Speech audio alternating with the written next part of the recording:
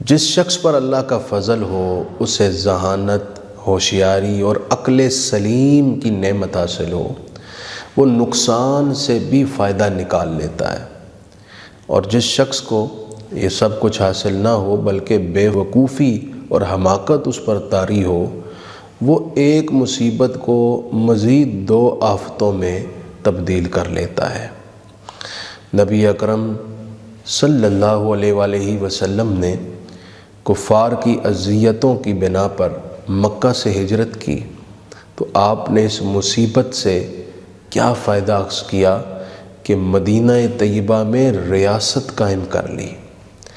آج بھی تاریخ اس ریاست کی طاقت اور اس ریاست کے کمال اور اس ریاست کی کامیابی پر انگشت بدنداں ہے۔ امام احمد بن حنبل کو جیل میں ڈالا گیا، کوڑے مارے گئے، لیکن آپ نے اپنی استقامت اور استقلال کے بدولت امام اہل سنت کا منصب عروج حاصل کیا۔ حضرت امام سرخسی رحمہ اللہ جو شمس الائمہ ہیں، ان کو اندھے کنویں کی سزا دی گئی، مدتوں وہ کنویں کے اندر رہے، لیکن مصیبت کی اس گھڑی میں انہوں نے کیا فائدہ اٹھایا؟ ان کے طلباء اور شاگرد ان سے پڑھنے کے لیے کنویں پر آتے، وہ کنویں کے اندر سے انہیں پڑھاتے۔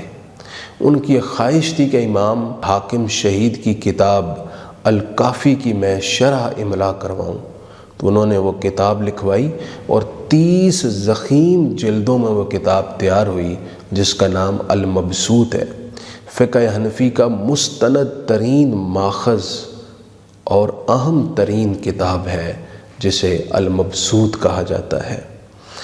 اسی طرح آپ تاریخ دیکھتے چلیے، آپ کو نظر آئے گا کہ کیسے اہل علم نے نقصان سے فائدے اخذ کیے۔ امام ابن اسیر کو گھر میں قید کر دیا گیا تو انہوں نے کتاب النہایہ اور جامع الاصول کتابیں ترتیب دیں، اور یہ علم حدیث میں مفید ترین کتابوں میں شمار ہوتی ہیں۔ مالک ابن الریب کو بخار نے آ لیا اور یہی بیماری ان کی موت کا باعث بنی، لیکن انہوں نے اس پر ایک زبردست قصیدہ لکھا جو عباسی شعراء کے بڑے بڑے دیوانوں کے برابر سمجھا جاتا ہے۔ ابو ذؤیب الحضلی بہت بڑے شاعر عرب کے، ان کے 10 بیٹے طاعون کے مرض کی وجہ سے ایک ہی سال کے اندر یکے بعد دیگرے فوت ہو گئے، بہت بڑا صدمہ آ لیا۔ تو ابو ذؤیب الحضلی نے اس پر ایک زبردست مرثیہ لکھا جس پر عرب ناز کرتے ہیں، اور زمانہ اس مرثیے کی فصاحت، بلاغت اور اس کے اندر جو معانی کی دقت ہے اس پر آج تک حیران ہے۔ تو اہل علم اور جن پر اللہ کا فضل ہے وہ نقصان سے، مصیبت اور تکلیف سے فائدہ اخذ کرتے ہیں۔ یاد رکھیں کہ جو مصیبت کی گھڑیوں میں اپنے آپ کو اس کے مطابق ڈھال لے، اس کی زندگی پھولوں سے بھر جاتی ہے۔ قرآن کہتا ہے عَسَىٰ أَن تَكْرَهُوا شَيْئًا فَهُوَ خَيْرٌ لَكُمْ، قریب ہے تمہیں ایک شے ناگوار گزرے لیکن وہ تمہارے لیے خیر ہو، بہتر ہو، بھلی ہو۔ ہمیں جو اللہ تعالیٰ کی طرف سے مصیبت آتی ہے، ہم اس کے خیر اور شر کو اس انداز سے نہیں سمجھ سکتے جو قدرت نے ہمارے لیے فیصلہ کر رکھا ہوتا ہے۔ مصیبت کے وقت اپنے آپ کو توڑنا نہیں چاہیے، مایوس نہیں ہونا چاہیے، تنگ دل نہیں ہونا چاہیے، حالات کے مطابق خود کو ڈھال لینا چاہیے۔ جو پازیٹیو سوچتا ہے اور شر سے خیر نکالنے کی جستجو میں رہتا ہے، اور جو نیک فعال اور نیک شگون لیتا ہے، جس کی رائے میں پازیٹیویٹی ہوتی ہے، وہ شخص ہمیشہ خوش و خرم اور حشاش بشاش رہتا ہے۔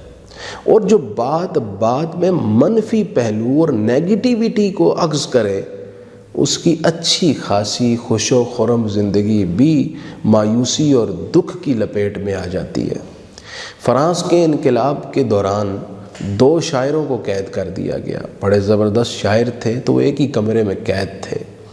ایک شاعر پازیٹیو ذہن کا تھا اور ایک نیگیٹو فال لینے والا، منفی سوچ رکھنے والا شخص تھا۔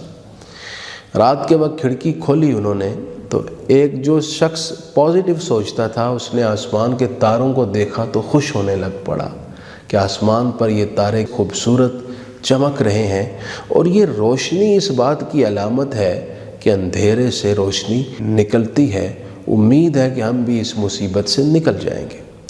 دوسرے نے کھڑکی کے باہر سڑک پر دیکھا تو ویران سڑک، وحشت زدہ ماحول اور سڑک کے اوپر پڑا ہوا گرد و غبار، یہ ساری چیزیں دیکھ کر اس کے ذہن میں فوراً وہی سوچ تازہ ہو گئی جو اس کے مافِ ضمیر میں تھی کہ وہ ہر شے سے بد فالی لیتا اور برا سوچا کرتا تھا۔ وہ ساری وحشت اس کے ذہن میں طاری ہوئی۔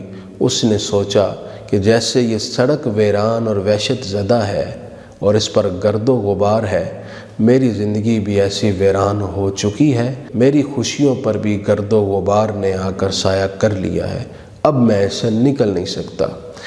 تو اب وہ مزید دکھ اور کرب اور تکلیف میں اندر ہی اندر پگھلنے لگ پڑا۔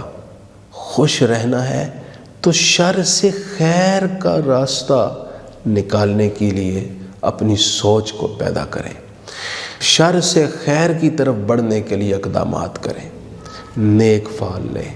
میں مانتا ہوں کرونا وائرس کے بڑھتے رجحان اور تشویشناک صورتحال سے ہم سب پریشان ہیں، لیکن تکلیف کی ان گھڑیوں میں سوچئے کہ اللہ کریم نے آپ کی زندگی سلامت رکھی ہوئی ہے، آپ اپنے گھر میں محفوظ ہیں، اپنے بچوں کے ساتھ ہیں، اللہ نے آپ کو صحت بھی دی ہوئی ہے، نعمتیں بھی دی ہوئی ہیں، ان سب کا فائدہ اٹھائیں، اللہ تعالیٰ کی طرف رجوع بھی کریں، بچوں کی اچھی تربیت بھی کریں اور وقت کو خوشی کے ساتھ احتیاط کے دائرے میں بسر کیجیے۔